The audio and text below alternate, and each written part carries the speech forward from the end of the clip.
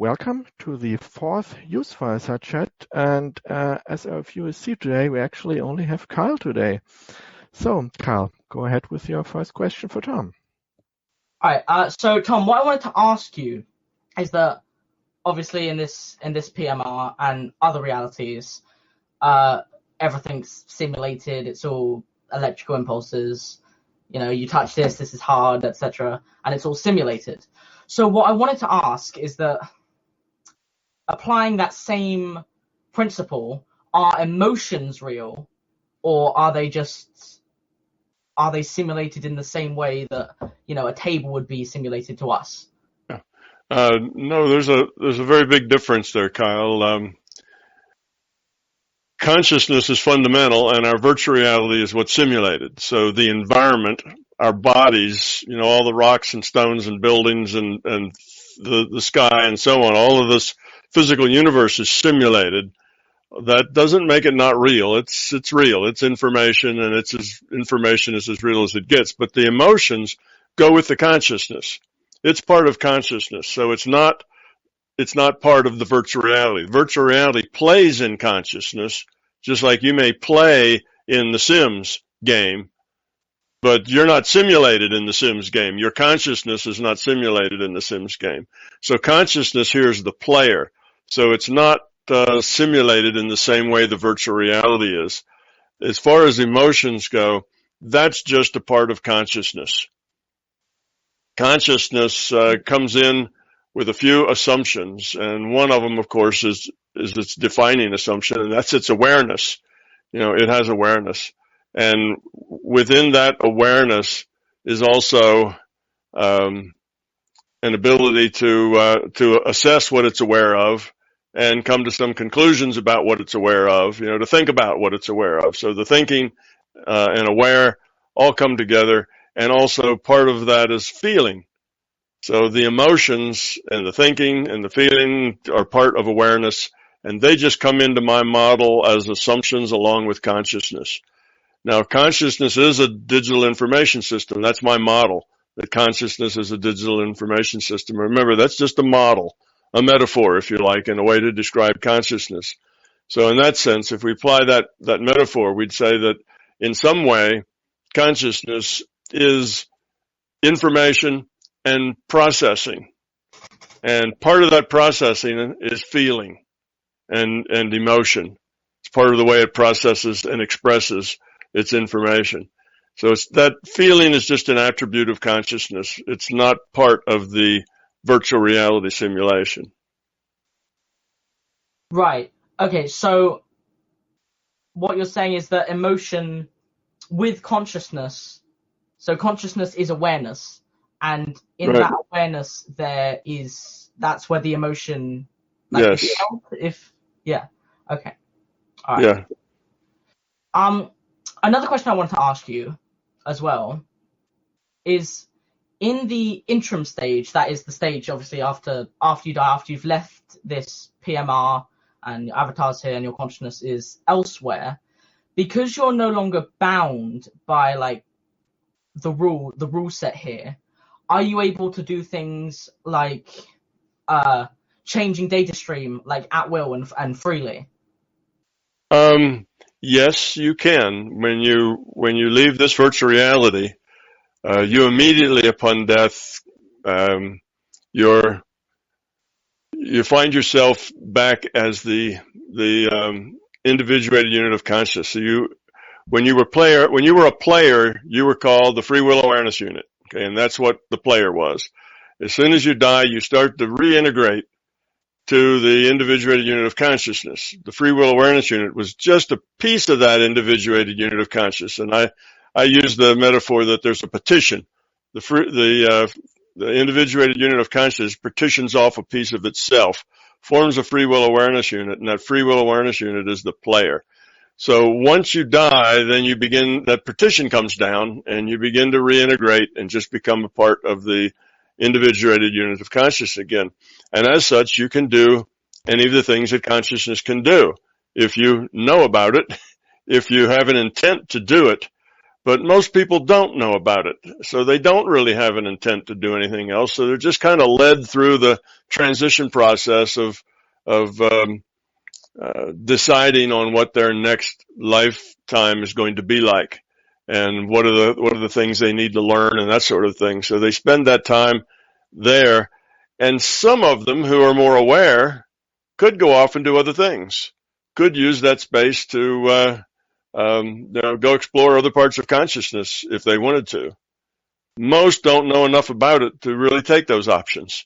Those options are available, but they're not used so often because people just aren't aware that the option's there. But yes, it's available. Right. Okay. Thank you, Tom. Another thing I wanted to ask you that I found quite an intriguing question was, say, hypothetically speaking, of course, everyone in the entirety of the LCS became enlightened, had, minimal entropy, the lowest entropy possible, and everything was at its lowest state of entropy. Would that be the end of evolving? Because obviously enlightenment is, you're lowering your entropy, present moment, things like that. So if everyone was to become enlightened and in the present moment all the time, would that mark the end of evolution? No, and there's a couple of reasons. Two very different reasons from different directions. And one is the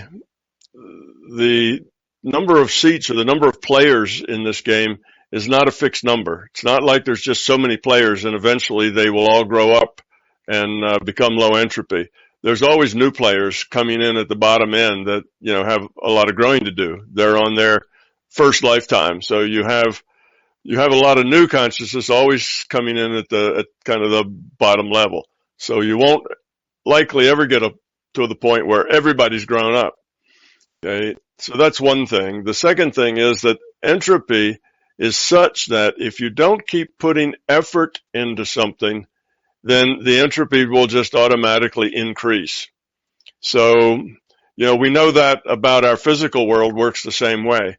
If you don't put maintenance into your house or to your car, eventually the house will cave in and the car will stop running. You have to constantly put energy in order to keep entropy low. When no energy is put in, then entropy just naturally grows. That's called the second law of thermodynamics. It's just a kind of a fact of life, I guess, or even a fact of consciousness. So if we got to a point where, let's say, just for argument's sake, that everyone was very low entropy, well, you still have to keep working to keep that entropy low, because as soon as you say, okay, well, we're all done, we're all really low entropy, so we can, there's nothing left to do, then in a very short time, ego would start to grow, fear would start to grow, that, entropy would start to go up all by itself. So you constantly have to be exercising your quality, if you will, making choices that matter. And you have to do that all the time. If you stop, then you'll begin to de-evolve. So we're never really going to run out of space to evolve into. The only way that could happen is if there just wasn't any more, there wasn't any more growth room within the system. But that's almost impossible. Nothing's impossible, but that's almost impossible in that you have billions of individuals with free will, which if you look at all the different ways that those individuals can interact with each other, it's like quadrillions of quadrillions of quadrillions. It's a really, really huge number of ways that you could interact with all of those free will players, things that you might do with it. So the number of states to expand into is huge. It's very, very high, to the point that you'll probably never get there. It's not infinite, but it's practically infinite in a practical sense, given that there is so much possibility with all of the players and all the things they might do and all the choices and how they interact with each other, that it's unlikely it'll ever run out of states to grow in. And there always will be growing room. And There's always something to do. If you stop working, then you start de-evolving. So constant effort has to be taken. Now, it could be a much kinder, gentler place if almost everybody was low entropy. Then there wouldn't be all the mean and nasty and greed and, self-centered stuff going on in the world. It'd be a much nicer place. But you'd still have to constantly be on your toes. Otherwise, pretty soon cliques would form, and then there'd be some people who would feel like they were more evolved than others, and that's called ego, and the whole thing would start to fall apart again. So that always is going to require us to stay on our toes and keep working at it, keep experiencing, keep interacting, keep being challenged. Right. So evolution is like this basically never-ending journey, if you will, then. That's right. Evolution is very open-ended. It doesn't really have a stopping point. The way evolution works is that you take its output at any given time, and that then becomes its input. And the evolution makes changes, modifies that input, gives you new output, which then becomes its input.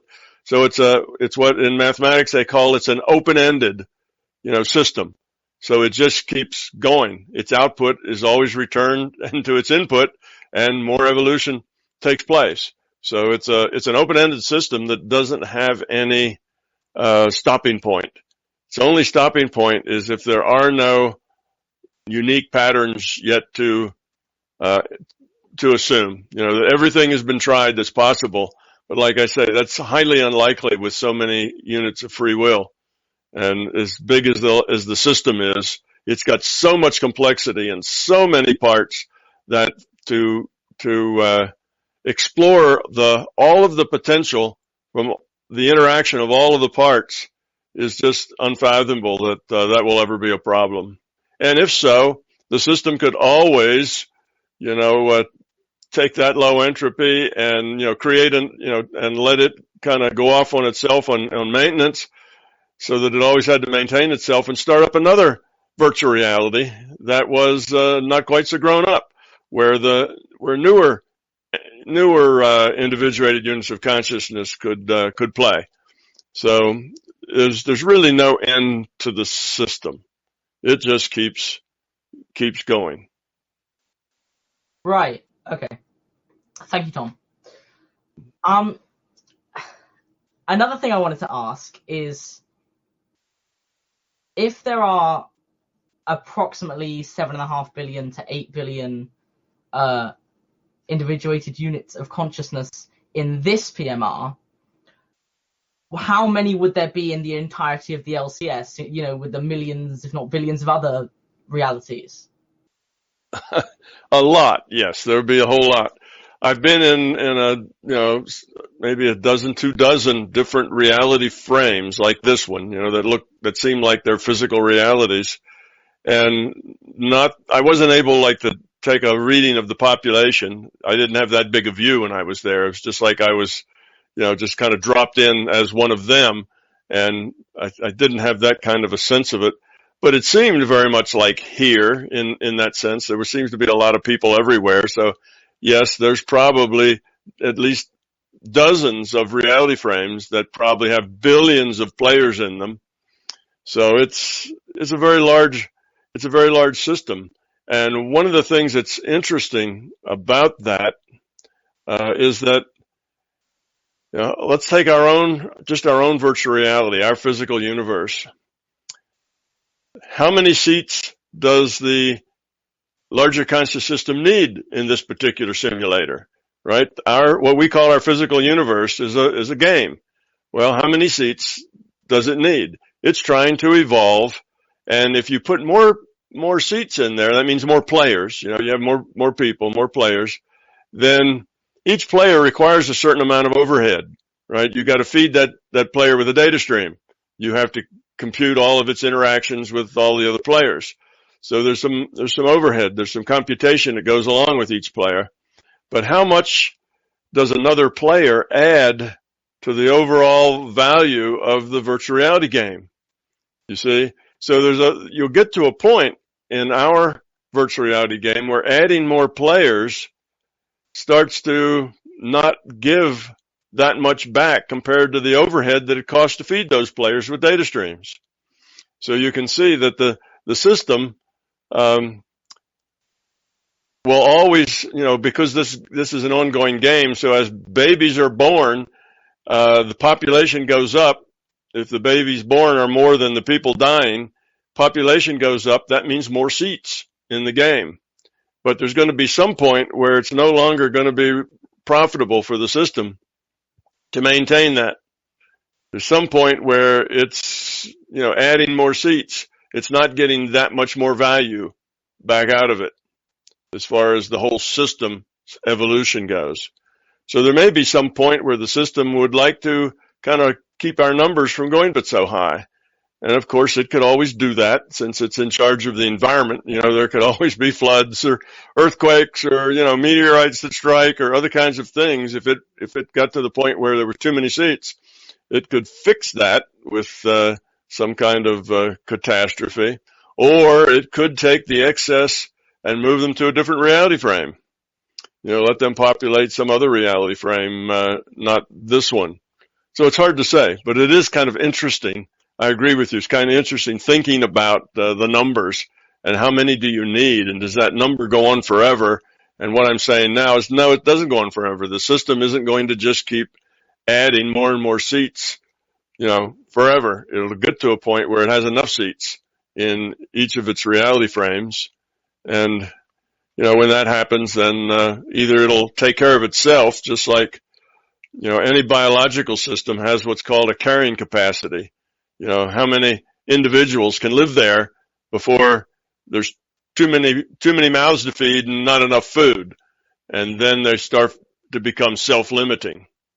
Then the system, the people start to die out because it's harder and harder to survive with that sort of competition for not enough food or not enough resources. So in that case, then the population takes care of itself. It kind of tops out, and the people then have to learn to control that population to a point where everybody can live a good quality of life.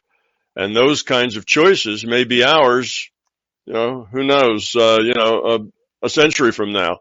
Hard to say. We may get to the point that the carrying capacity for humans on this planet has kind of reached its peak. But we'll see. Interesting questions, interesting things to think about. Yeah, okay. All right. Thank you, Tom. Another thing I thought was interesting as well was the concept of beginner's luck. You get people who happen to play, they play golf or something and they get it in first try, things like that. And then you've got someone who's been playing for, years and they struggle to get it in first try. And it's things like that, like beginner's luck. And I was wondering if you could explain to me how beginner's luck and things like that kind of work into MBC. Sure. Yes, beginner's luck is a real thing. The reason beginners are lucky is because beginners don't have any performance anxiety. They're not carrying around fear. They're not carrying around, issues of performance. So if you are, say, the first time that you've ever played golf or the first time you've ever, say, gone bowling, and you're relaxed with it, let's take bowling because that probably requires a little less skill than being good at golf. If you walk up and you grab a bowling ball and you heave it down the alley and you want to knock pins down, if you're very relaxed, you don't feel like you have to perform because you've never done it before. Nobody expects you to do very well. You don't expect yourself to do well. So it's, okay, I'll just give it a try and see what happens. When you're relaxed like that, you tend to do much better. You're relaxed, you're at ease, you're not full of fear. Fear makes you clumsy. Fear makes you it interferes with your coordination. Fear is an inhibitor. Fear isn't smooth. Fear is jerky. So when you do something athletic like golf or bowling, that fear, that aggravation, when somebody gets up there and they really want to put that ball close to that cup, they really want to, and they've worked at it, but they don't do it very often, and then they don't really expect to do it, and they want to do it so much, and it means a lot to them, and they want to get their technique just right, and they got their grip just right, and they're doing all this thing. They've watched the videos, they've had the trainer, and they're really focused on doing it just right. All of that intellectual stuff gets in the way and makes it not work very well for them. To do well, you have to be relaxed. You have to be easy. You can't be uptight and full of fear. The swing has to be natural. And that's true of any athletic thing or anything that the body does. Here's an example. If you take, let's say a 2x6, that's a piece of wood, right? That's six inches wide and 2 inches thick. If you just lay that on the ground, on flat ground, almost everybody can walk across it from one end to the other. Let's say it's 20 feet long. Almost everybody can walk on 6 inches of wood and not fall off. If you take that same wood and put it 100 feet in the air over rocks, suspend it so it's just as sturdy and just as steady as before, you'll find that a lot of people will fall off of it. They won't be able to get to the other side. The reason they can't get to the other side is fear. Fear makes you afraid to take the next step, and when you do, it's tentative, and it's not smooth and easy. It's awkward and bulky, so people fall off. You'd probably have 20 or 30% of the people couldn't walk across a 2x6, 100 feet in the air over rocks. Their fear would make them fall off. Well, it's the same thing. With beginner's luck, you're fearless because you're a beginner. You have nothing to prove, no record to beat. Nobody's going to make fun of you if you don't do well. You're just relaxed. And because of that, you're better. Physically, you're better. All athletes will tell you, the really good athletes, like the ones that end up in the Olympics, they will tell you that whether you win, come in first, or come in fifth is mostly a mental game. Everybody's trained. Everybody's strong. Everybody knows all the right moves. It's that attitude. It's that mental space where you are very calm and relaxed, and you're not thinking about what you're doing. You're just doing it, being in the zone, working at the being level. That will make you more coordinated and smoother, more coordinated, and better able to accomplish anything athletic, whether it's golfing or bowling or wrestling or anything else. Right, so it's almost like through being fearful and full of ego, you're changing future probability. Yeah, well, you do. You change the future probability of your success. You're not going to be as successful if you are concerned, if you're uptight, if you're worried about the results. You have to just be and let the results be however they are. So as soon as your ego gets into needing to succeed, needing to look good in front of others, needing to whatever, even needing to beat your own score, if that need gets to be up front in your mind, then you'll probably do worse and you won't beat your best score. You won't be as good because that best score was done when you just relaxed and did it and didn't think about it at all. It's getting that intellect involved is the problem. The intellect, you trying to guide your body by your intellect is a very clumsy way to guide your body. It's much better for your body to just be coordinated, and it knows how to balance. It knows how to swim. It knows how to do that. That's because you practice a lot. And once you practice and know your body knows what to do, you just have to get out of the way and let it do it. And you'll be more successful than if you try to manage it. Right. Okay. Thank you, Tom. Another thing I was curious about is help from the LCS. So what I mean by that is if you make a decision that causes you to de-evolve and heighten your entropy, will the LCS kind of give you an opportunity or steer you onto a better path, one that gives you like more of an opportunity to evolve? Yeah, generally it does. It tries to be helpful because we're a part of it. Our success is its success. So it wants us to succeed in growing up because that's partly how it grows up. We're a part of it. So as we grow up, it grows up too. So it would like to help us if we're open to that help. So yes, if you are, let's say your ego is a problem for you, then it may conspire to have that ego really, hit you right between the eyes with a really hard smack. Use that ego just really gets you into trouble. That ego ends up creating a lot of trouble for you, and it may help you find that trouble just because that smack between the eyes, with that ego will maybe wake you up and let you think about why you did what you did that caused all that trouble, and therefore learn about it and grow up. So the system can do that, and it can also give us opportunities. If there's some sort of a situation where, let's say, someone annoys you, and you kind of feel like getting angry and, slapping them or throwing something at them, and that's just what you feel like, and you may get this idea that that's not a good idea, that isn't going to help, but you're so angry that you just do it anyway. Well, now, the system tried to give you an opportunity to do it a different way by putting that idea that isn't really a good idea and won't help, but you override that because you are so angry. Then little things like that it'll do. And then it'll probably remind you later, well, you could have done it differently. Instead of flying off the handle, you could have handled that in a different way. And it may tell you those things, but if you're open to it and listen, and you think about that and you say, you're right, I really messed that up, I'm not going to let that happen again. Now the system's going to work with you.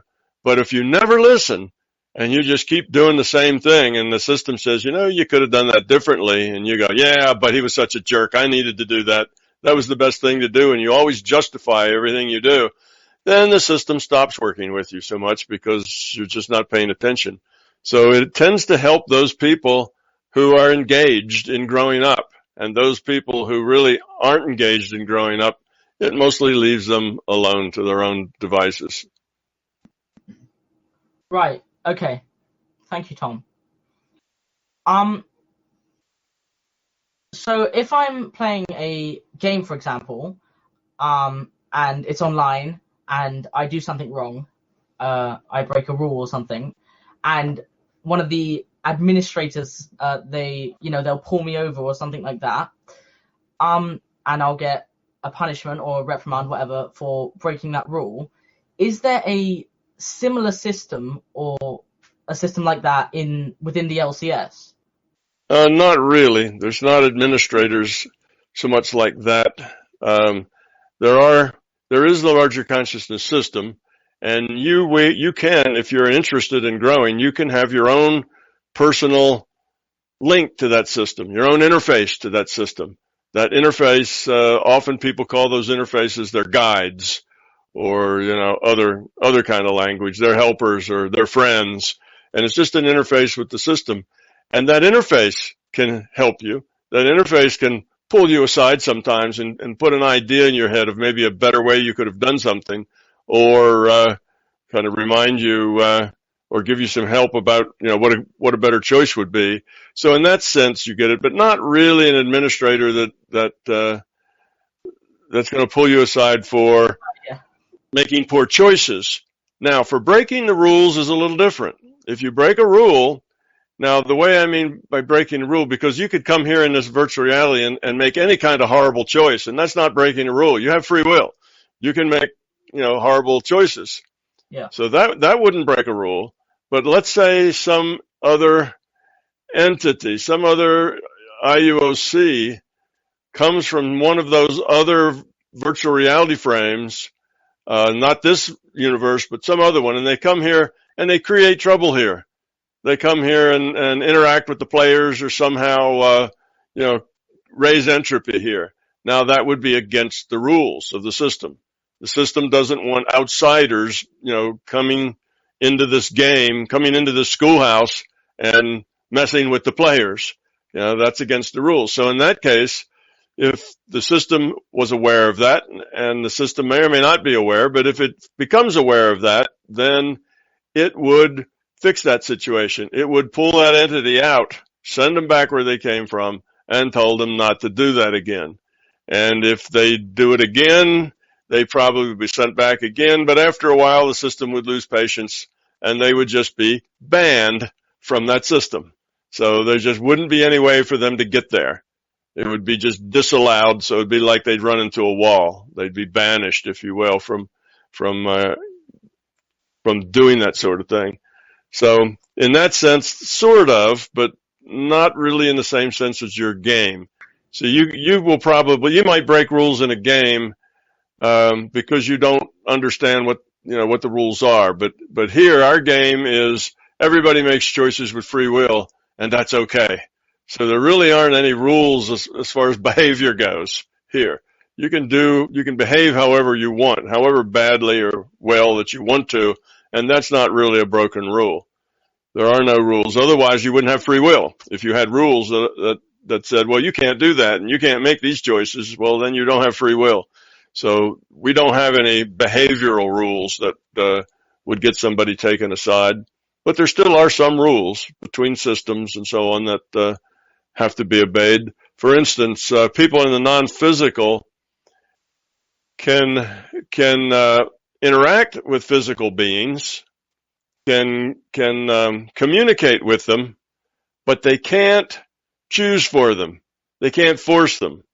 They can't bully them. Basically, all they can do is encourage them to do this or that. So you may have a guide, or you may have something that's negative, that's encouraging you to do things that are high entropy, but they can't make you do it. They can only encourage you to do it. If you do it, it's still your choice. You have the free will to say yes or say no.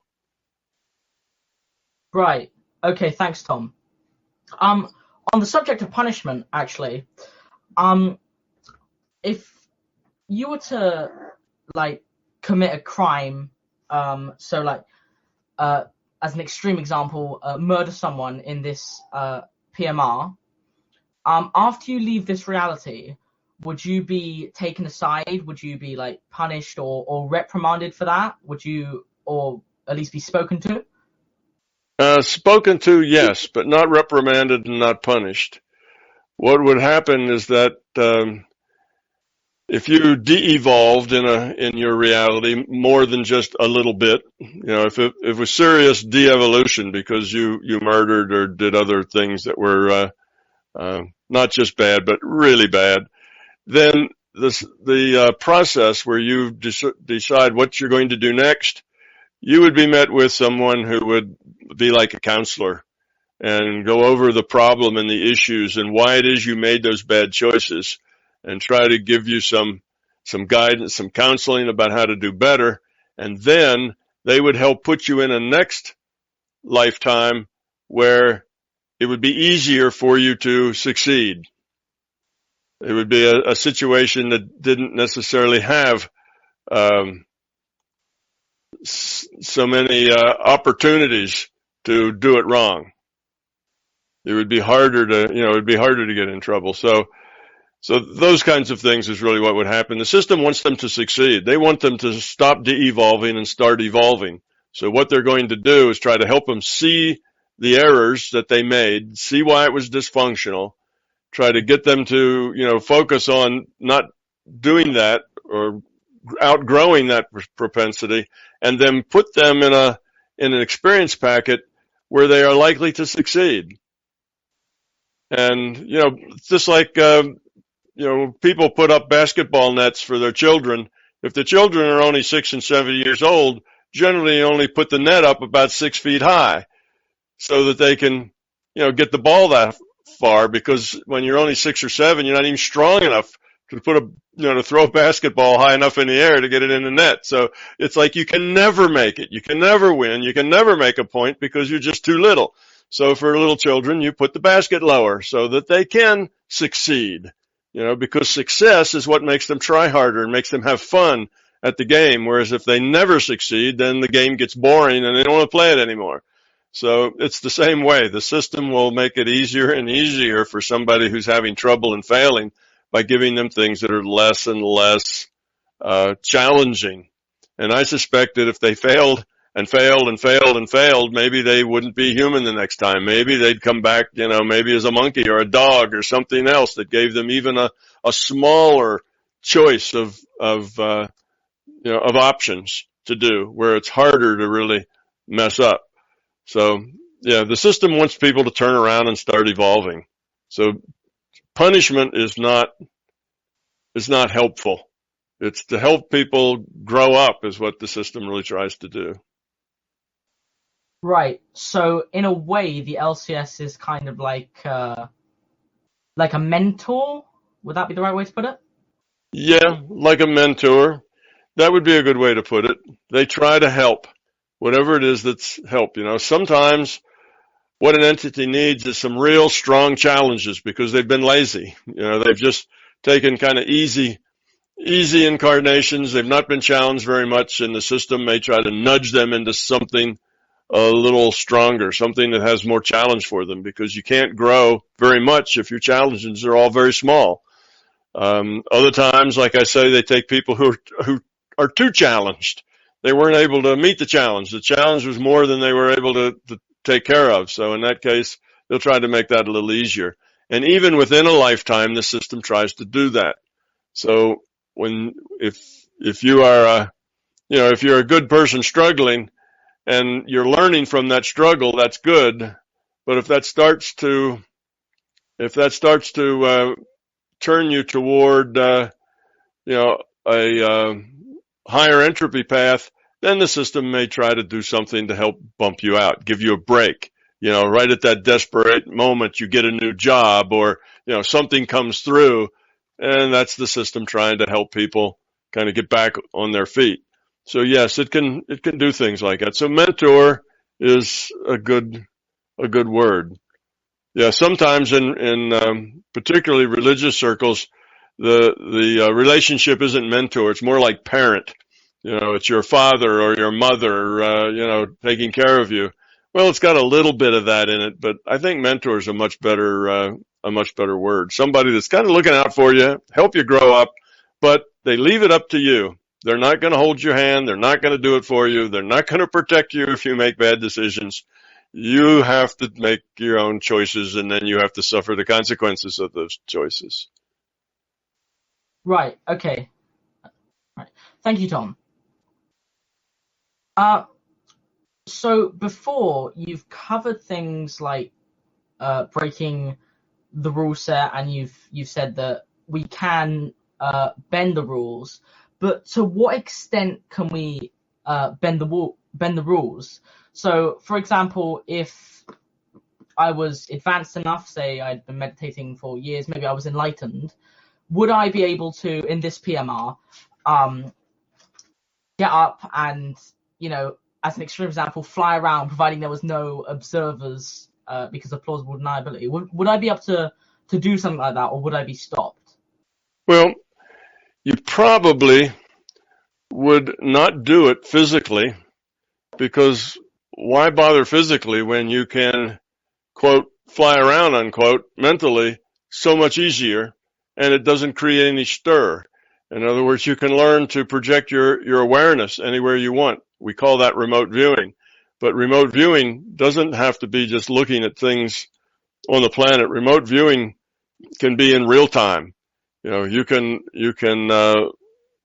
people can learn to see with their mind rather than see with their eyes. It's a process that's really like remote viewing. It's just slightly different. So if you wanted to fly around, that's easy. You can fly around anytime, and even if there's lots of people watching, it doesn't make any difference, because it's you flying around as awareness, not flying around as a body. So there's hardly anything that really is that valuable which you want to take your body along, unless you would like to take your body someplace else, right? Airplane travel is really a lot of trouble these days.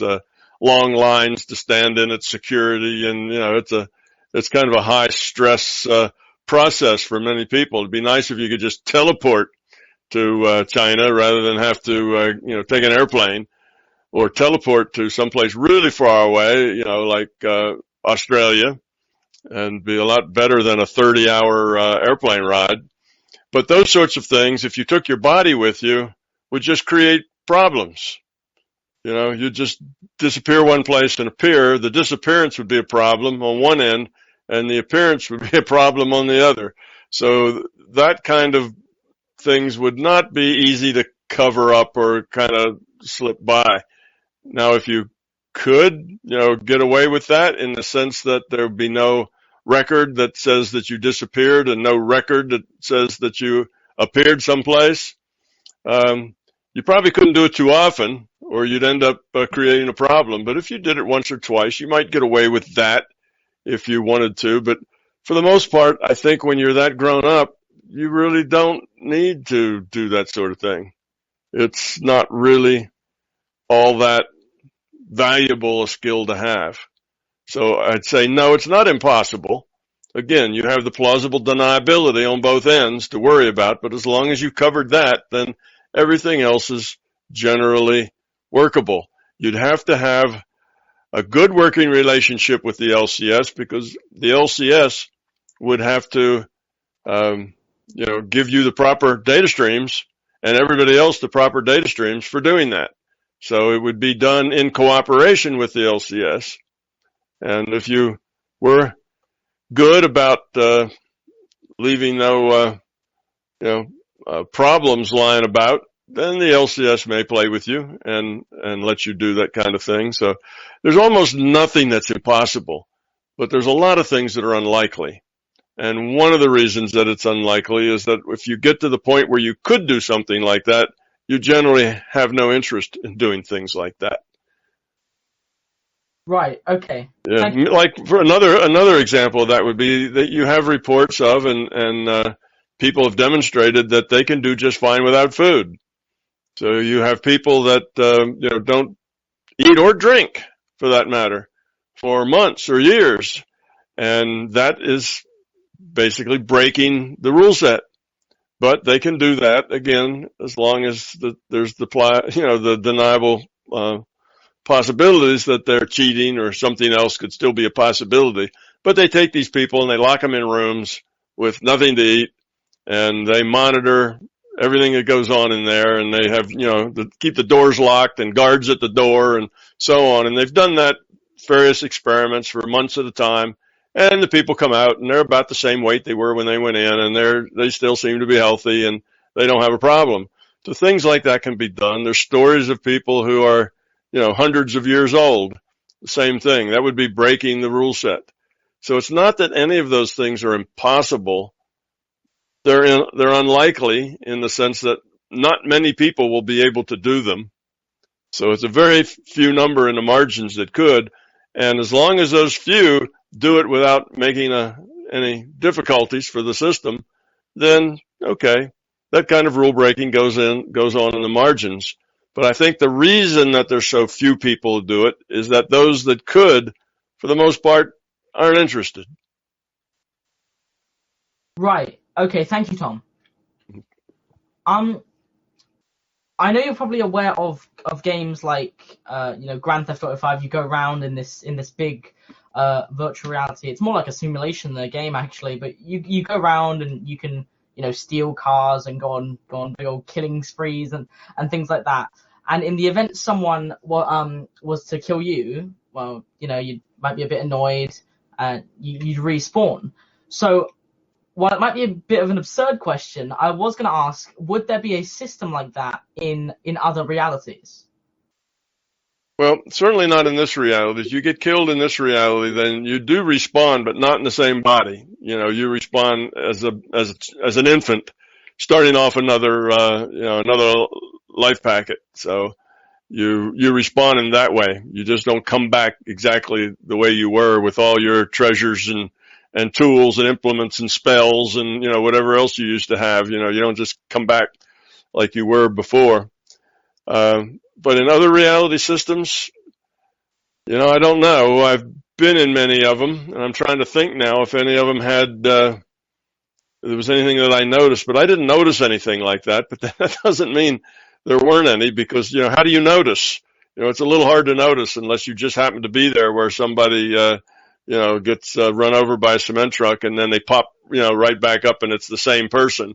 I've never seen that happen, but maybe I just wasn't at the right place at the right time, to see that happen. So I'd say probably not, because there's I don't know, probably not, but maybe.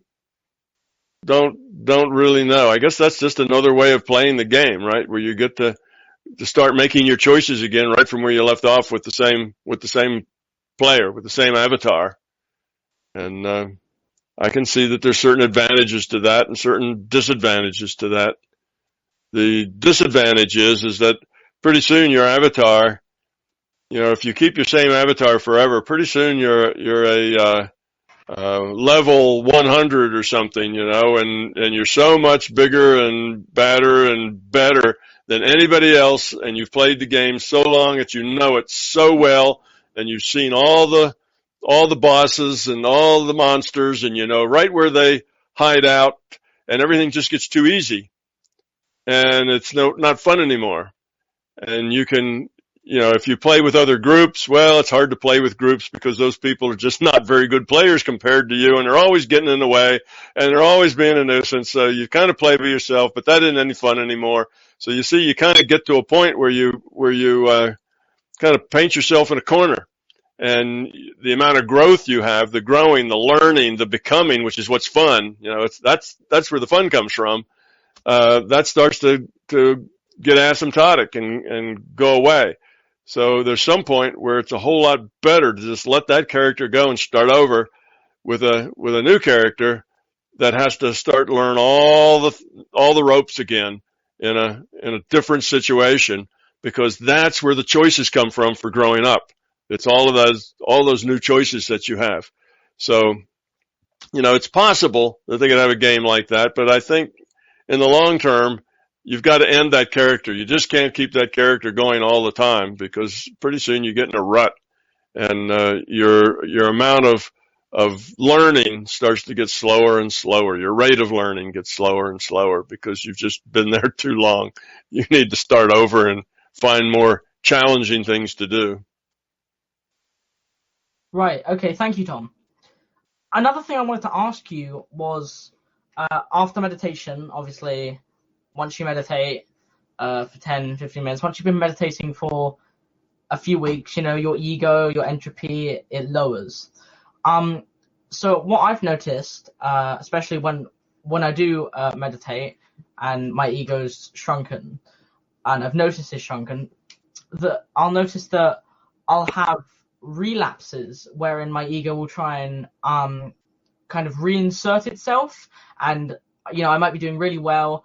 I've meditated for a couple of weeks every day for like 15, 20 minutes, and I've improved. I might have got really angry when I got killed, but now I don't really mind it so much in a game.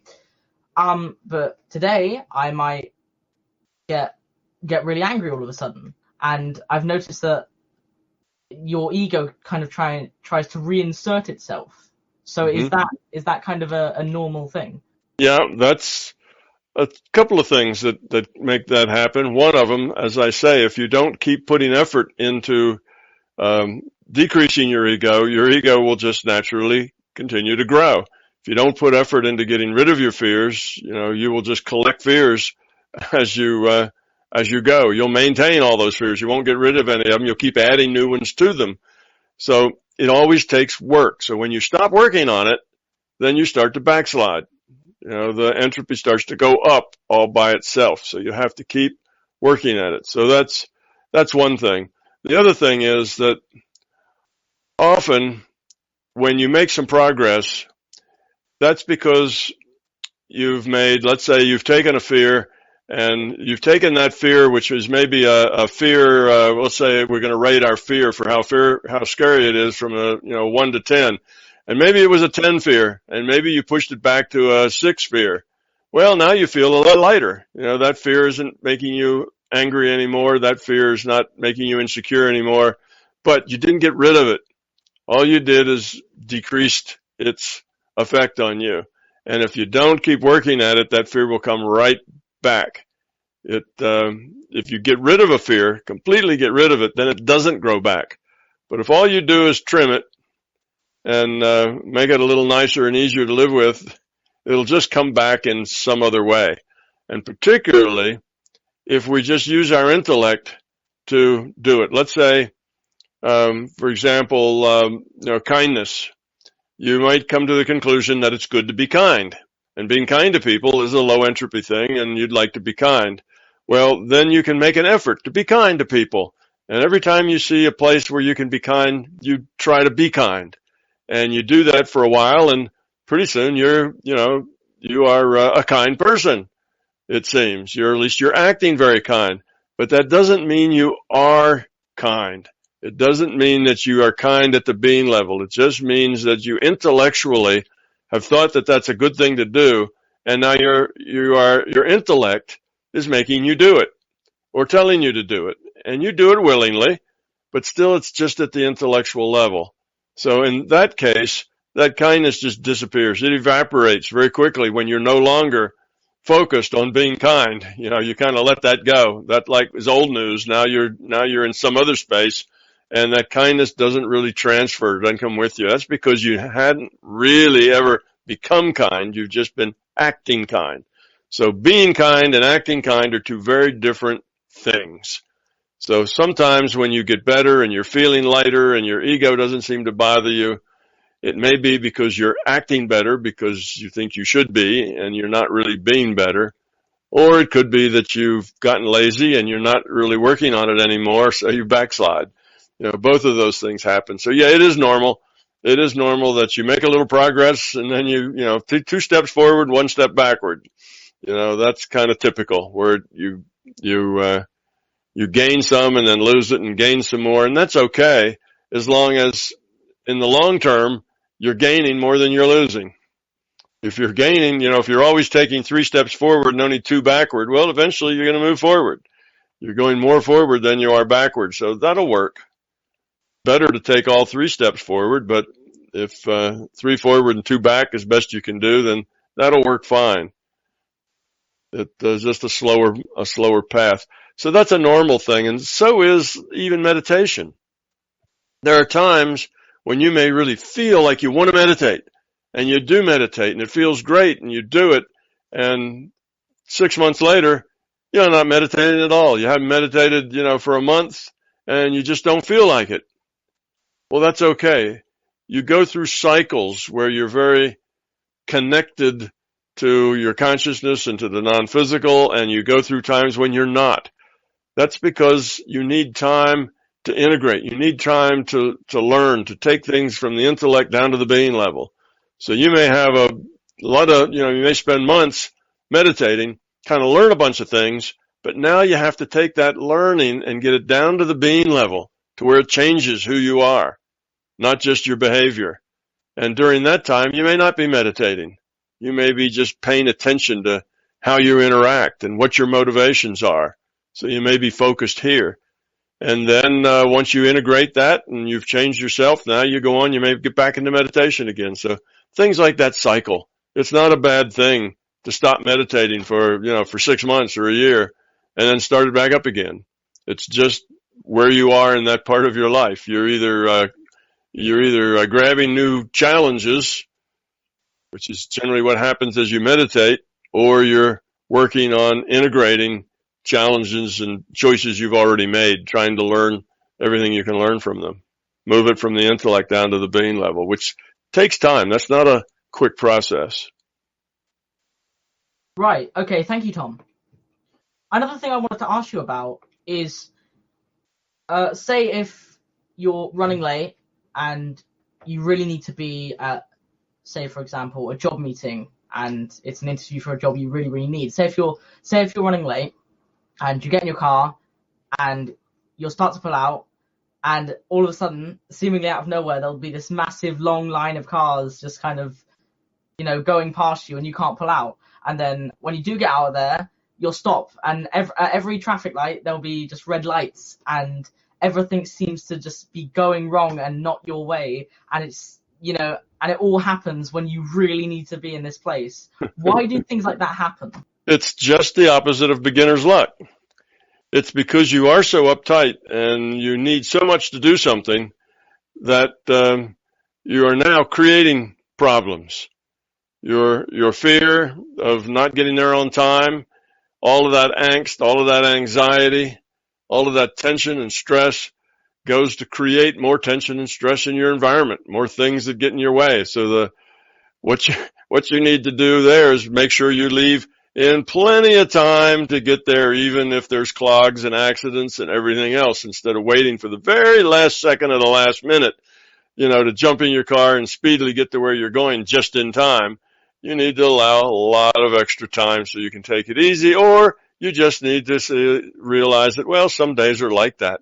Some days are just, you're going to get in your car and you're not going to go anywhere because that's just the way it is. There's an accident someplace and traffic's backed up in every direction. And if you've got some sort of meeting and a job interview, you just have to call them up and say, I'm stuck in traffic.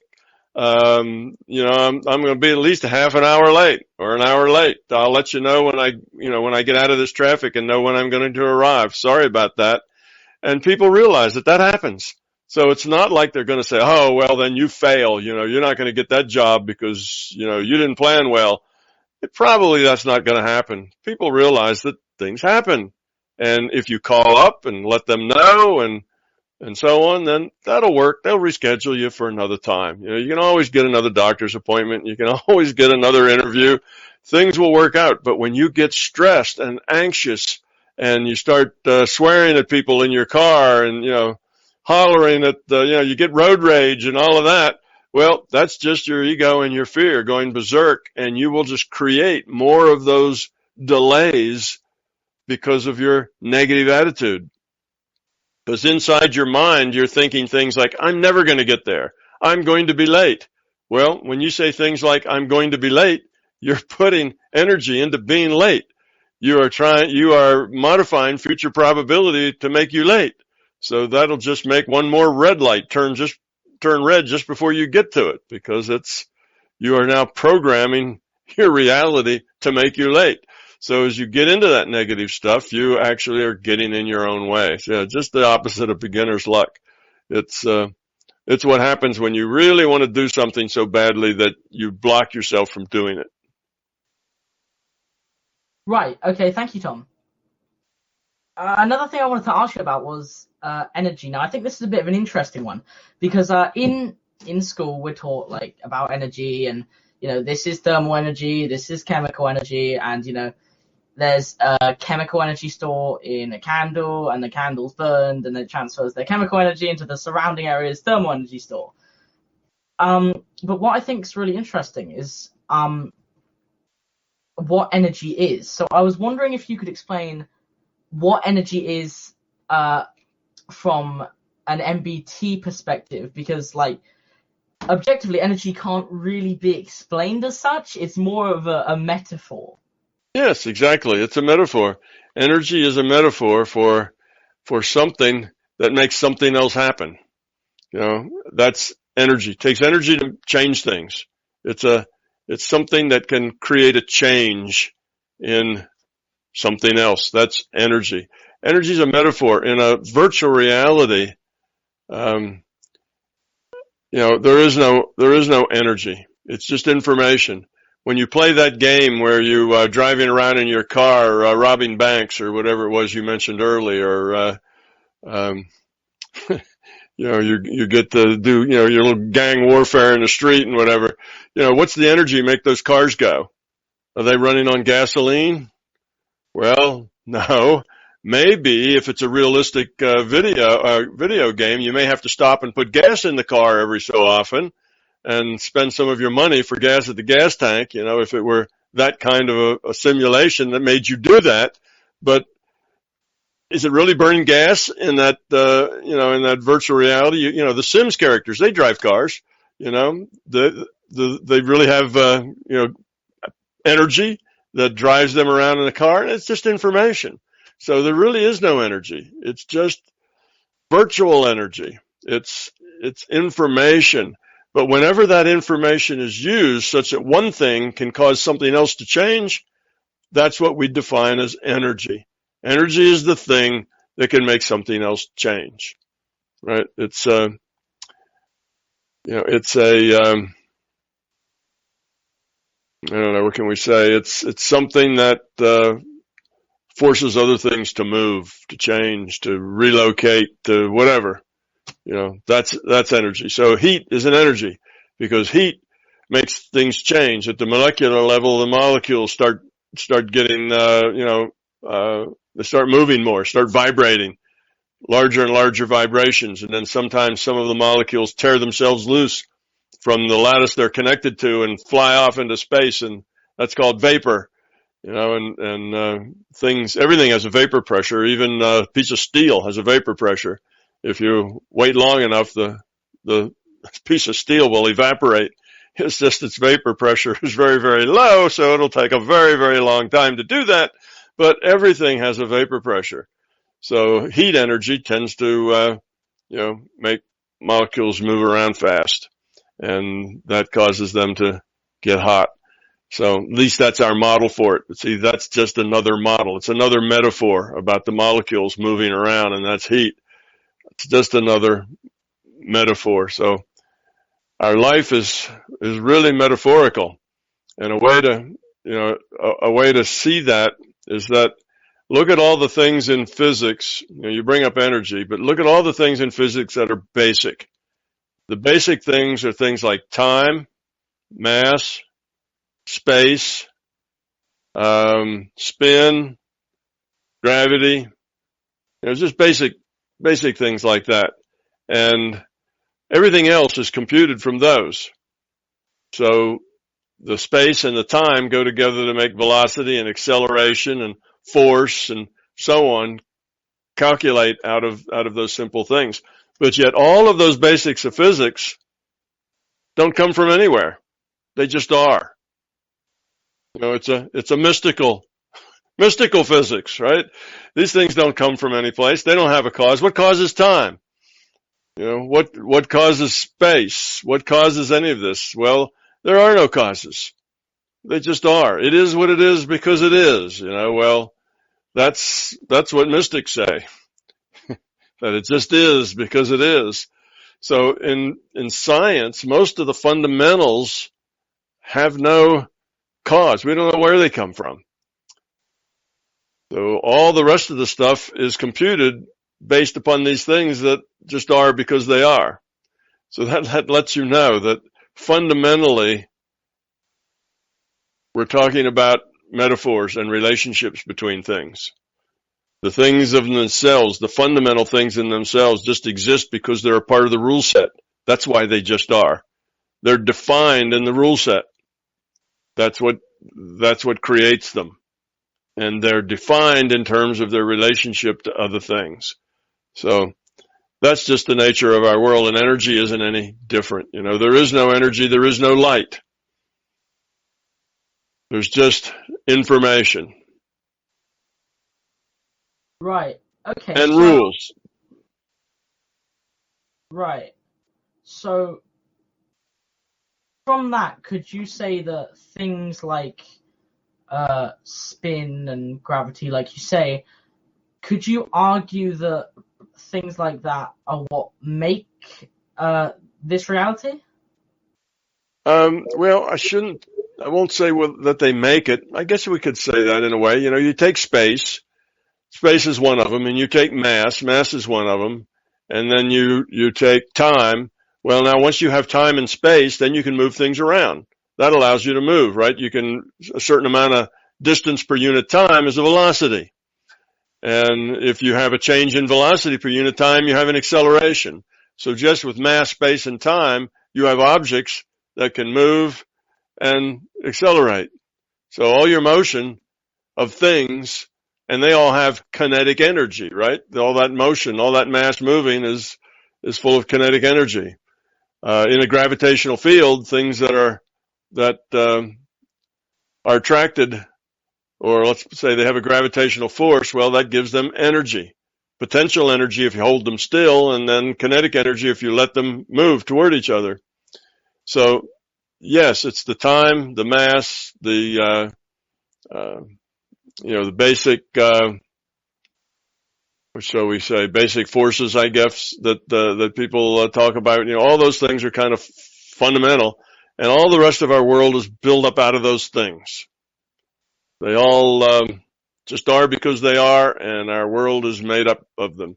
That's because those are the fundamental things defined in the rule set, and everything else is made up of the interaction between those things, like the interaction between space and mass and time. There's an interaction which allows things to move. Without those three things, nothing could move. You need space for it to move in. You need something that actually moves, and you need time that says how how the motion takes place from one point to another, one time to another, one point to another. So yes, we do create kind of everything out of these basic things that just exist. Right. Okay. Thank you, Tom. Yeah, everything's created out of the math. Everything's, people wonder, why does our physical reality seem to be so mathematical? That you can use mathematics to describe all this physical stuff, and math is really good at describing the physical world. That's what physics is. Really, it's using mathematics to describe physical reality. And we look at our reality and say, wow, it's amazing that our reality is so mathematical. Well, it's because it's being computed in equations, in a computer. Of course it's mathematical. That's the way it's put together. It's put together with rules and rule sets. And that is math and logic. And that's why our reality is like that. So there really is no force. There is no, solidity. There is no energy. There's no light, none of those things. There's only information that describes those things. Right. Okay. Thank you, Tom. And another thing I wanted to ask about was from there's been cases, I'm not sure if you know, but there was this image going around for a while of this man. It was like a 1930s, 1920s kind of black and white picture, and it was of a man holding his hand up to his ear like he was holding a phone and things like that. And what I was going to ask is that from an MBT kind of perspective, would things like time travel and changing the past or going into the future and changing things from there, would things like that be possible? Well, it's very possible to get around in the past databases, but they're just databases.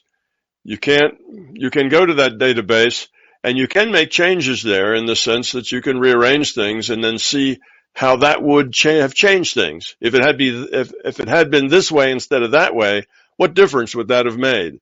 You can do that kind of analysis there, but it doesn't have any effect on the present, and it doesn't have any effect on future probability. The only thing it has effect on is you, because you may actually learn things or change yourself based on your what-if analysis that you do in these databases. So if you come back different, then that difference could be spread around in this reality, but that's the only effect that you have on this reality. So the Hollywood butterfly effect, where you make a change, you go back in the past, you make a change, and then that changes everything in the present. You see, and it modifies the future. It doesn't work that way. Past is past. When the past is done, it's done. After that, it's nothing but a record. It's nothing but a record you can look up. It's no longer alive in the sense that it's making free will choices. There's no more free will choices. It's just a historical record of what happened and how it happened and why it happened. And it can be a very detailed record. It could have all the emotional data as well as the physical activity. Also the emotional data, the thoughts, the feelings, all of that might be included in it, but it's just information. So there's no butterfly effect. That does not work. You can go into the future, the probable future, only the probable future. There is no future. The future's not a done deal, but there is a probable future. And you can go to that probable future and see what's likely and see what's unlikely. And you can modify those likelihoods with your intent. But it's only probable. Just because you see that doesn't mean that's going to happen. It kind of depends on, how what the probabilities are that it's going to change. Some things don't change much in time. Some things are very long term. People go to build a skyscraper that's 100 stories high. Well, that's a long-term project. It probably is 5 years just in the planning and the architecting and the materials and the costing and the funding and the finance, and it goes on a very long time. And they may have a schedule that a decade later they'll actually be done with the building. So those sorts of things, you might look at that and say, well, there's a probability a building's going to sprout up over there 10 years from now. You see, and that may be a very strong probability because people are working on it and they've gotten funding. But let's say it's an idea, but they don't have any funding yet. Well, now it's a much weaker probability. It may or may not end up there because, whether they get the funding or not is maybe unlikely. You see, so some things you can look at that are pretty far in the future, but the probable futures are really good, pretty solid number. And other things change on a dime. Even if you knew what it was probable 10 minutes from now, it wouldn't necessarily be probable 10 minutes later, because they're very changeable. They have a lot of uncertainty. It's all about uncertainty. How much uncertainty does the thing have in its, in its equations for probability? So there is no butterfly effect. You can get in past databases and probable future databases. You can do analysis in there. You can get into them in a way where you just look at it. Look at like a voyeur, like you're looking at a movie. And there's ways to get into it like you're in the movie. You're a character in the movie and you're interacting with it. You can do those both ways. So it's really a pretty amazing database to work in, but it's just a database. It's not full of individuals making free will choices. That's what makes it past, is that the free will has already been exercised and that's what happened, or that's what could have happened in probability space. Does that answer your question? Yeah, it does. Thank you, Tom. Another thing I wanted to cover, which I thought was quite an interesting question, was you see animals, cats and dogs, raccoons, things like that, and they're all in the present moment. They're not thinking about what happened 30 seconds earlier. They're not thinking about what's going to happen. What am I going to have, for dinner? They're just kind of there and in the present moment. And obviously the present moment is an optimal kind of mindset or configuration to be in. So as we evolve, as the cat's consciousness over however many years, million years, whatever, evolves into a more kind of advanced consciousness, so now they're more aware like us, and it's like a human consciousness now. They're able to think more now about the future, and they're able to be more fearful of the future or not letting go of the past. So from that kind of perspective, why don't we kind of just stay de-evolved as cats or dogs, or so we kind of just stay in the present moment all the time? Well, we have to look at this problem in terms of decision space. Decision space is a metaphor, a term for all the possible choices that we know of, that we have, the things that we can do. Okay, how many choices do you have at a particular moment to do a particular thing? So animals have a relatively small, decision space. There's only certain things that they can do. If it's a cat, it can sleep, it can be awake, it can meow, it can, claw the curtains, it can do things, but it has choices to make, but it's a limited set compared to, say, the choices that a human makes. A human has, tens of thousands more choices and things that it can do. Its reality is a lot deeper and broader with lots of more possibilities because of the decision space being bigger. So that's really what gives us more choices. We have a lot more choices because we have a lot bigger decision space. And sometimes we get wadded up in that decision space. Yes, we can't let go of the past. We we live in the future, we do other things because we have such a big decision space, we can get, we can confuse ourselves with all the decisions that we have and which one's better than which and why. So, but that's not a disadvantage. Having the bigger decision space is an advantage. It gives us opportunity for growth. If we don't use it very effectively, well, that's just us not being very efficient at growing up. But at least we have that opportunity available to us. Whereas the cat lives most of its life in the present, but it doesn't live all its life in the present. Cats and dogs and horses and so on, they have a future and a past as well. They can anticipate things happening in the future. They can remember things that happen in the past. They can learn from past experience.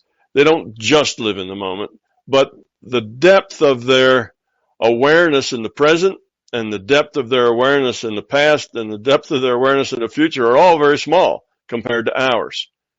Their past is probably fairly short, probably doesn't go back a real long time, before it just kind of fogs out and they don't have very specific memories anymore. They don't have the detail, and their concern about the future is also, it's not as detailed. It doesn't have all the choices in it, all the things to think about that we do. So it's just their level of evolution has gotten them to a point where they can deal with that particular decision space that they have. And the more evolved they get, the bigger their decision space is. And that's within a species too. It's not just between species. Within a species, there are dogs who are more evolved than other dogs. There are dogs who have bigger decision spaces than other dogs. And that's because they've earned that with an improved quality of consciousness. So among humans, there are humans with small decision spaces and humans with large decision spaces. The ones with the very smallest decision spaces, we generally call them depressed. They don't have very big decision space. It's just them and how bad the world is. It's them and their problems. That's all that exists. They generally can't see a whole lot of other choices.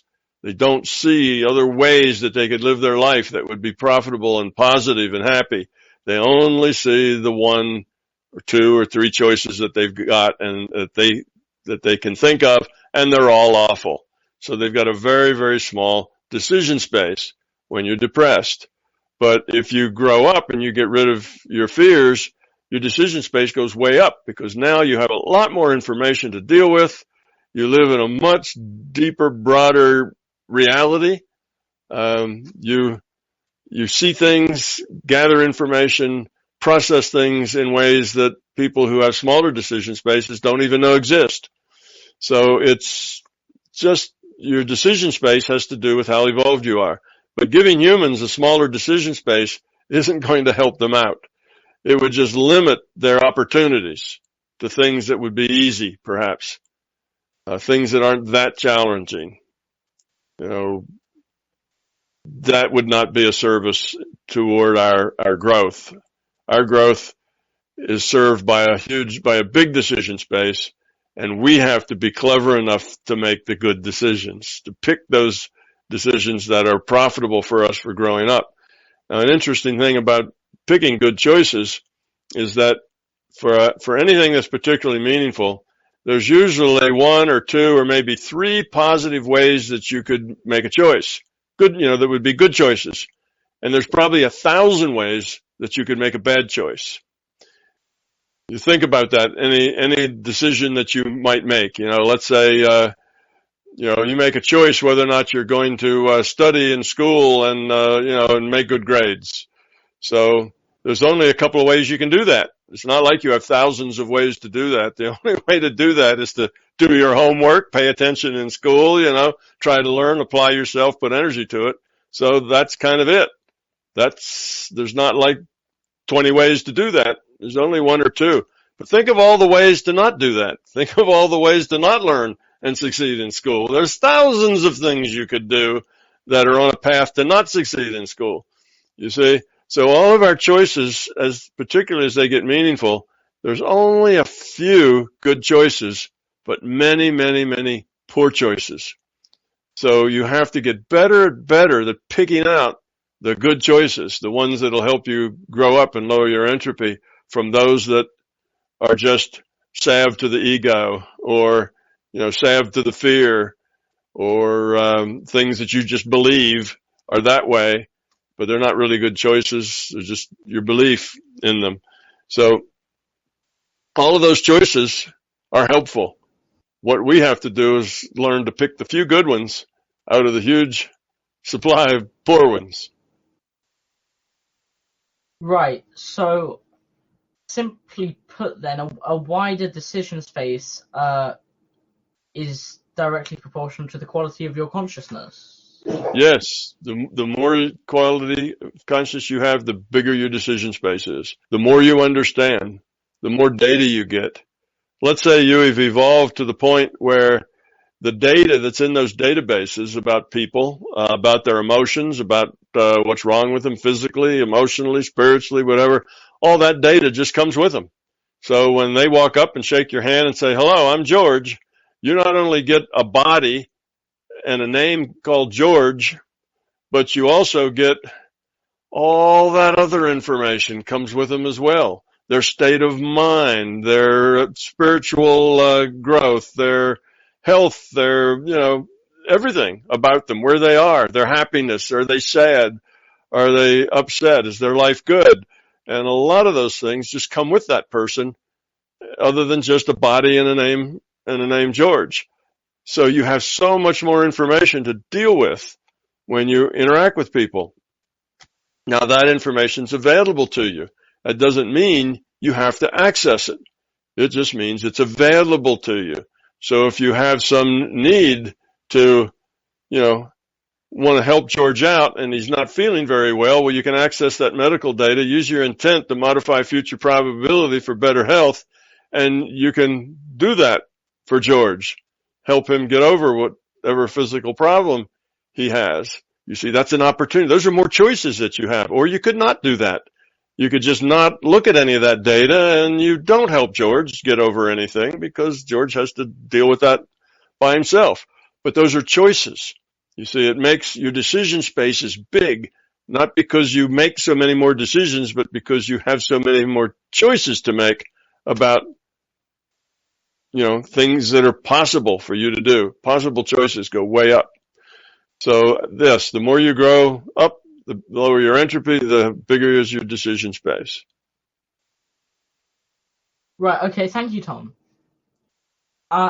Another question I found quite intriguing is the concept or the theory of, so we're inside the LCS, but is it possible that the LCS is inside of VR, and that VR is inside of VR, and the VR that holds that VR is also inside of VR, and so on? Mm-hmm. Yeah. Is it possible? The answer is yes. There's nothing that logically says that can't happen, but there are practical constraints that says it's very unlikely that happens, at least to at least very far. Now here we are, virtual reality, and we're creating virtual realities. So we can see that they're nested from our viewpoint because we are one, and we're creating virtual reality games and virtual reality, goggles and platforms, and they can get pretty elaborate. And 20 years from now, they'll be even more elaborate than we can imagine now, and more realistic. So we know you can have virtual realities inside of virtual realities, but the problem with them being nested is that it's just poor computer science design to nest virtual realities. When you nest them, everything in the can we say derivative virtual reality, the one downstream, is, let's say A creates a virtual reality, A is a virtual reality, and it creates virtual reality B, which creates a virtual reality C, which creates a virtual reality D, and so on. Well, all of those virtual realities, B, C, and D, all depend on A. And all the data there has to flow through A. They all go back to A. So if A has a problem, if A blows up, well, the rest of them disappear as well. They're not independent. You see, they all depend on each other. And it's very, it's very convoluted as far as the system having to do that. So the system, let's say we make a virtual reality. So we are in a virtual reality. So we're using a virtual computer that the system has to render. We're using, we make up the code and the computer, and it creates this virtual reality. Well, our larger conscious system has to render us a little metal box called a computer and all of its components and all of the logic that's in that. And then from that, we make up another virtual reality that also has a computer in it.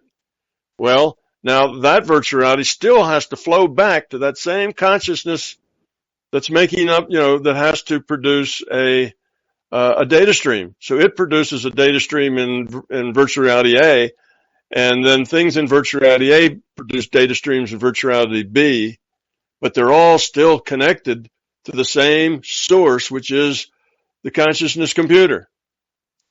You see, all of them, because the characters in A that are making virtual reality are virtual characters. They're avatars with virtual computers making another virtual reality, if you will. So the computer itself, consciousness, has to work through all these levels. It has to do things in A, which then do things in B, which then do things in C, when it could just as easily have just done C in the first place. You see, it's much easier, much cheaper, and a lot less computation, and it's much more stable because then C is independent. C can function on its own. It's not dependent on what happens in all those other ones as they back up. So the nested, if they get nested very far, they get very fragile. The more they're nested, it gets so horrendously complex through that nesting interface that they become very fragile.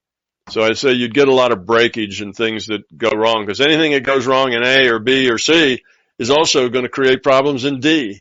You see, so D has all its own problems, plus all the problems of all the ones upstream that will cause it difficulties.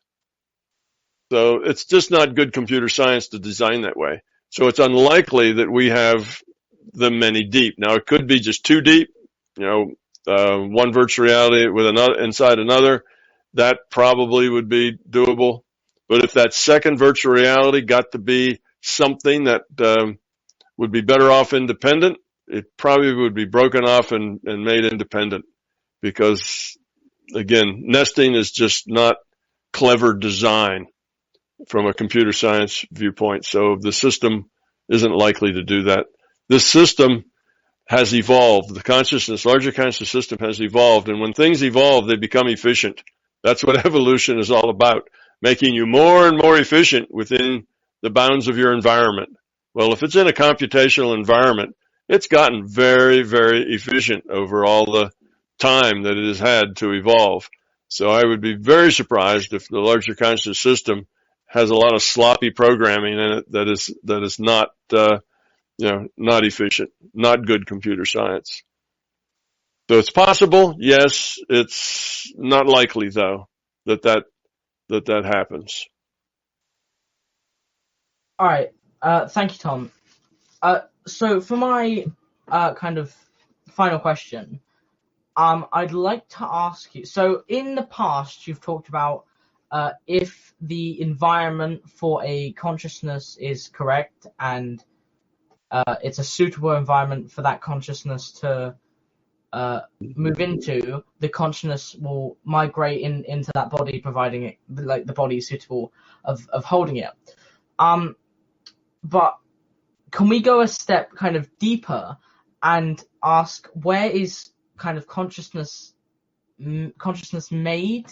Where does it evolve from, if that makes sense? Okay. The larger conscious system has virtual realities, let's say, and in this virtual reality, there's a rule set that allows the avatars to reproduce. So you're going to get more and more consciousnesses. Okay, so where does the extra consciousness come from? So you have two avatars, they have babies, and now you have babies that have consciousness. So who fills that seat? Where does that extra consciousness come from? Well, the system, it's a digital system. It can take, say, an average consciousness for human beings at that time and place, and it can just take kind of a, what do we call it?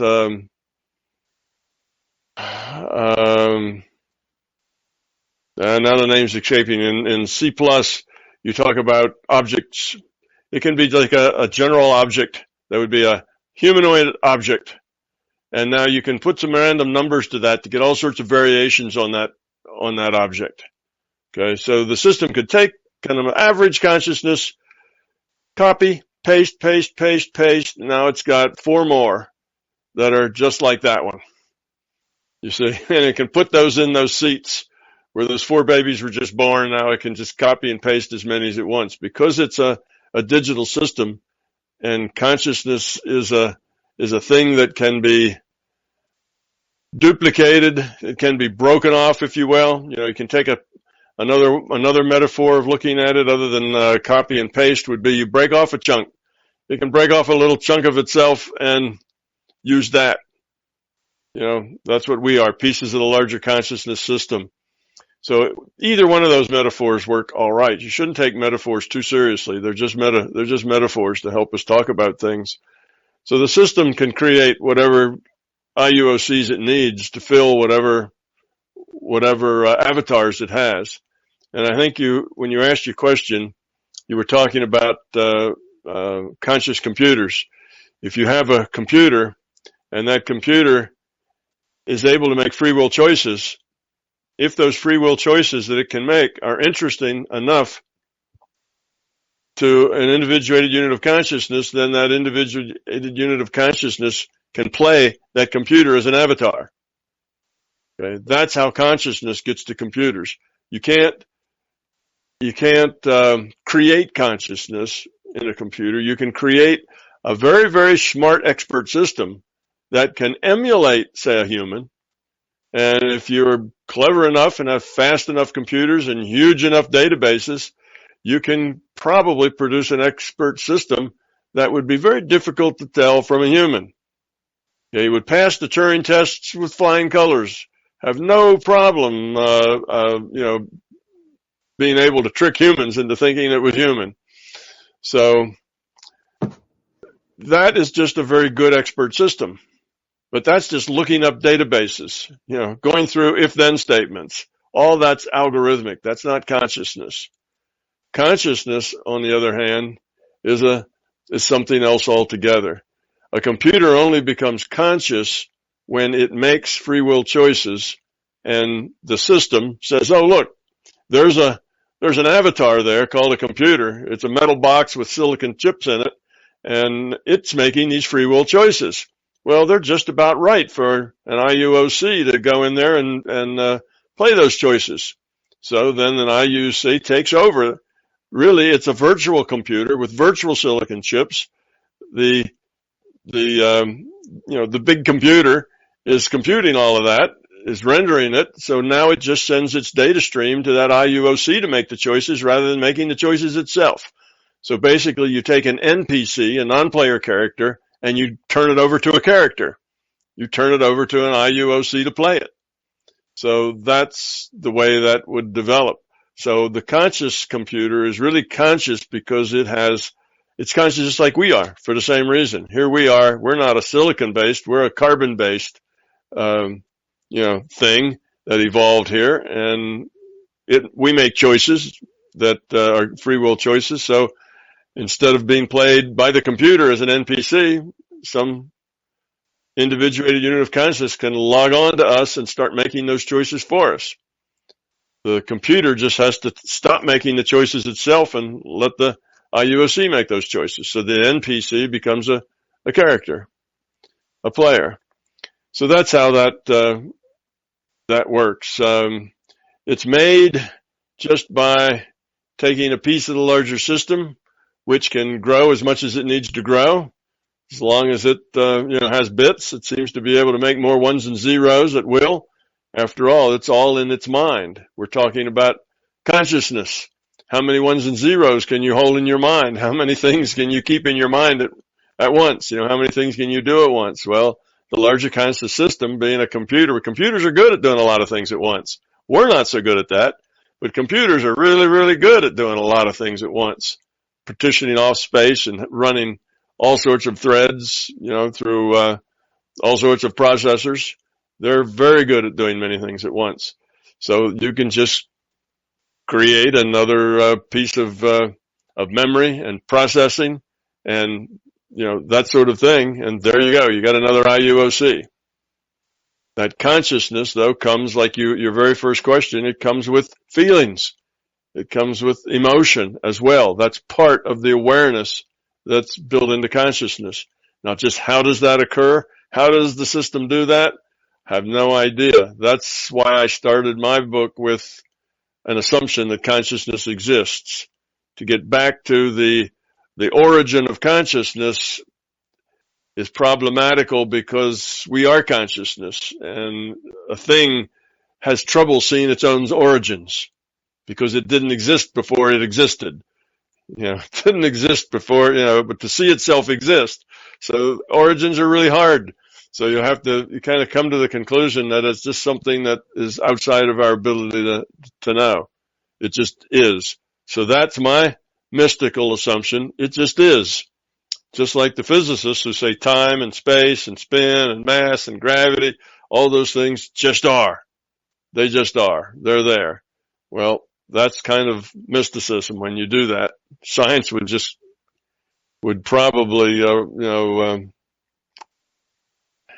probably go apoplectic if they heard me saying that they were based on mysticism, but it's the same sort of thing. My mystical assumption is consciousness just is because it is. And here it is, we see it, so it is, and they start their physics from the very same background, from the very same roots. That physics is all based on mystical assumptions about space and time and spin and what those things are. And they just are. They come from nowhere, really. They just are. Right, okay, thank you, Tom. I think that's all the questions I had for this session.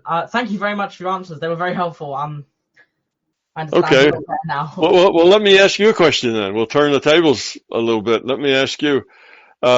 You seem to have at least either read all of MBT or enough of it that you really understand it, and you've obviously listened to enough of these of my talks on videos that you seem to understand them very well.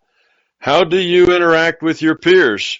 How do you interact with the other kids in school, your age or younger or older? And is this information something you just keep to yourself in private, or do you have friends that you discuss these things with? Or what's it like having all that information? And do you have people to share it with? Well, I speak about it I speak about MBT and, all different realities and the LCS and things like that, quantum physics with my dad. But he's really the only person I share it with. And the main reason for that is even if I was to approach the subject tentatively, with some of my friends, one of my major concerns is that I've hinted at it a few times.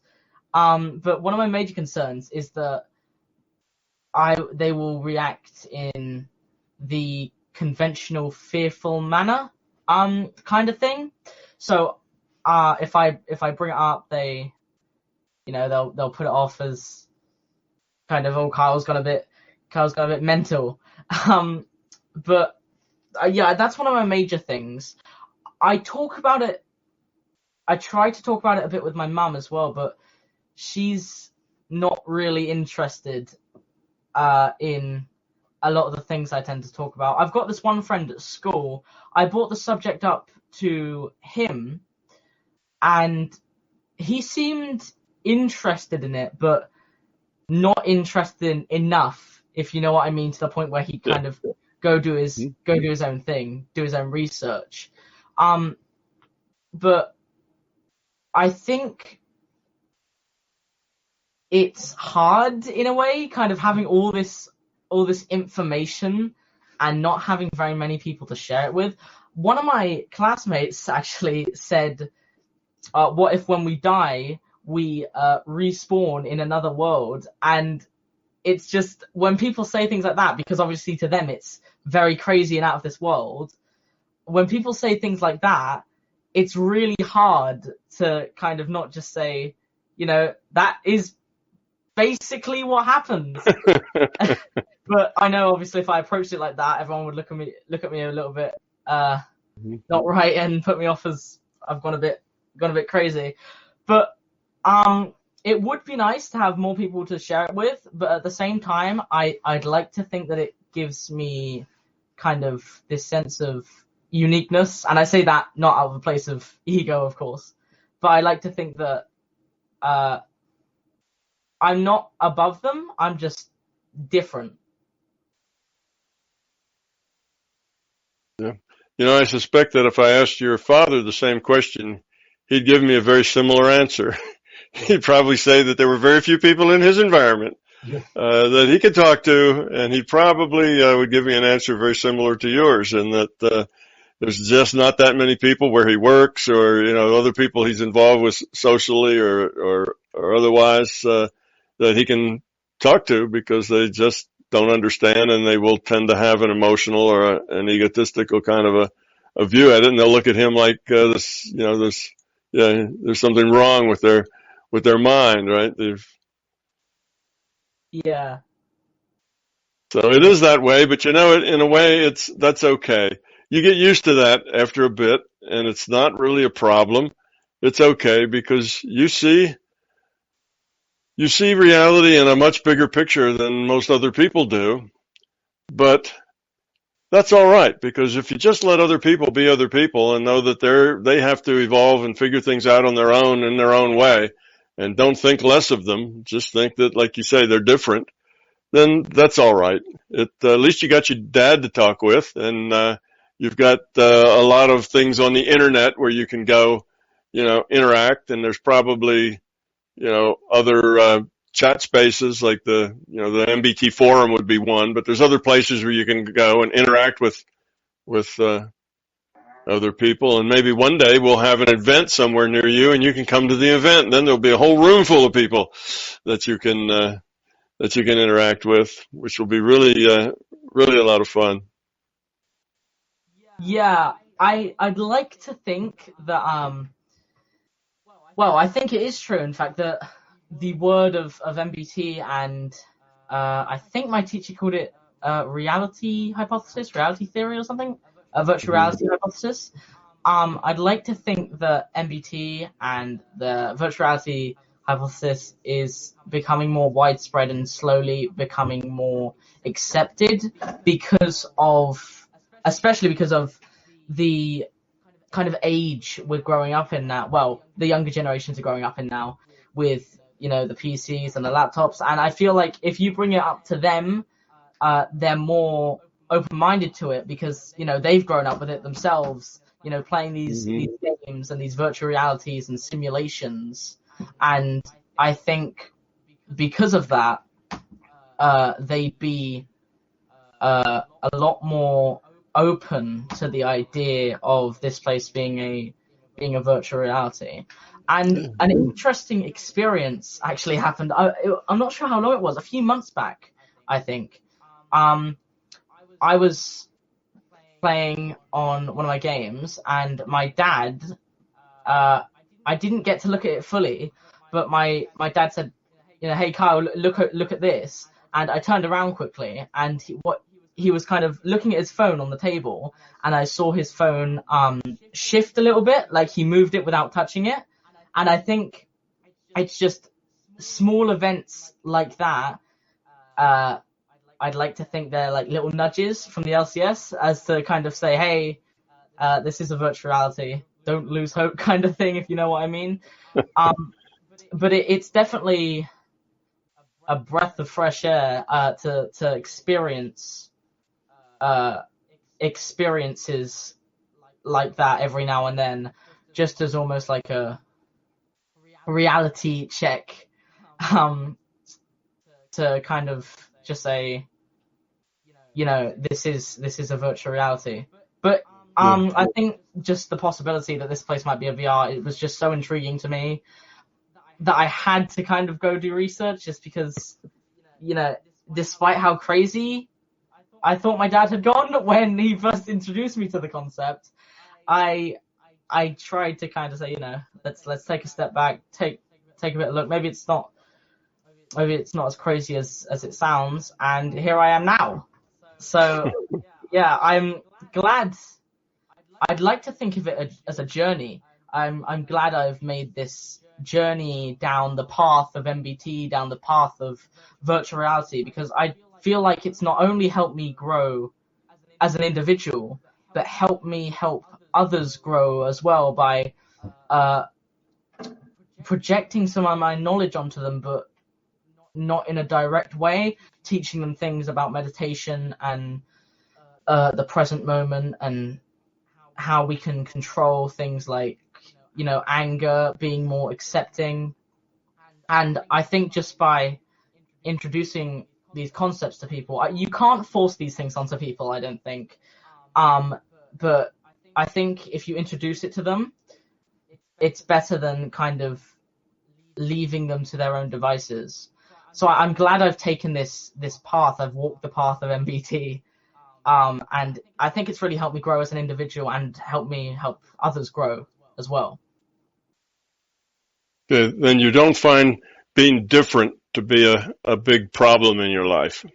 That's something you've integrated. The being different is okay. You accept that, and that's not a problem that you have to bear. It's just okay. Yeah, I think at first, I won't lie, I kind of, it was a couple of years back, I'd say, but I did get these subtle feelings of superiority. But I'm glad as time's kind of gone on through meditation and kind of naturally, they've kind of faded. And now I just feel like I said, I'm not superior, I'm just different. And I think that's a nice way to look at things. And I'm glad I've obtained the knowledge thanks to you, Anthony P. Eckhart Tolle, different teachers. And I think they've each given me knowledge that I couldn't have attained otherwise. And I'm really, really grateful that I've managed to walk this journey, walk the path, get all this knowledge and grow, get experience, lowering entropy, lowering ego. And I'm really glad I've managed to keep lowering entropy, and still a long way to go. And like you said, it's kind of a never-ending path, but I think it's a never-ending path I look forward to kind of walking down. So how old are you, Kyle? What's your age? Well, I turned 14 3 months ago, so I'm 14 now. 14. Yeah. Well, you got a good head start. Seen bigger pictures. That I didn't get started in that until I was in my 20s.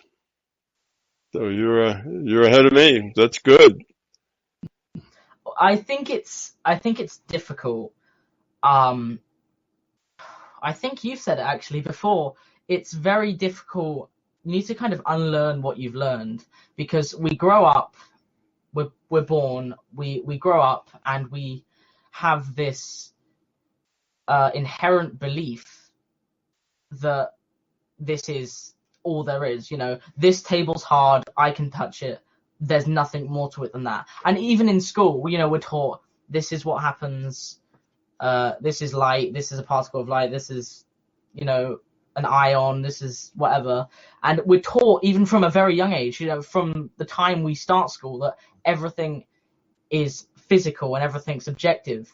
And I think getting out of the mindset of objectivity and coming into kind of the world of subjectivity is a hard but very crucial step to lowering entropy and lowering ego. And I'm glad that I've managed to take that kind of first step. I'd like to think as well that people, as they evolve in both this VR and other VRs, I'd like to think that people gradually over time will lower their entropy by themselves, and maybe things like this they'll be more open to it rather than shut themselves off as like a reaction of fear? Yeah, well, I hope so too. I think you've done very well. I appreciate you answering my questions. Those are real good answers. To let me know how someone that's 14 is able to add this bigger picture viewpoint to their life. But I think you said it very well, is that integrating the intuitive side, the subjective side of life is a very enriching and a very positive thing, because that's where most of all the significance is. That's the place where relationships are. That's the place where the love is, and the caring, and the family, and the lots and lots of choices that you're going to have are not going to be objective choices, because you just won't have enough information to make objective choices.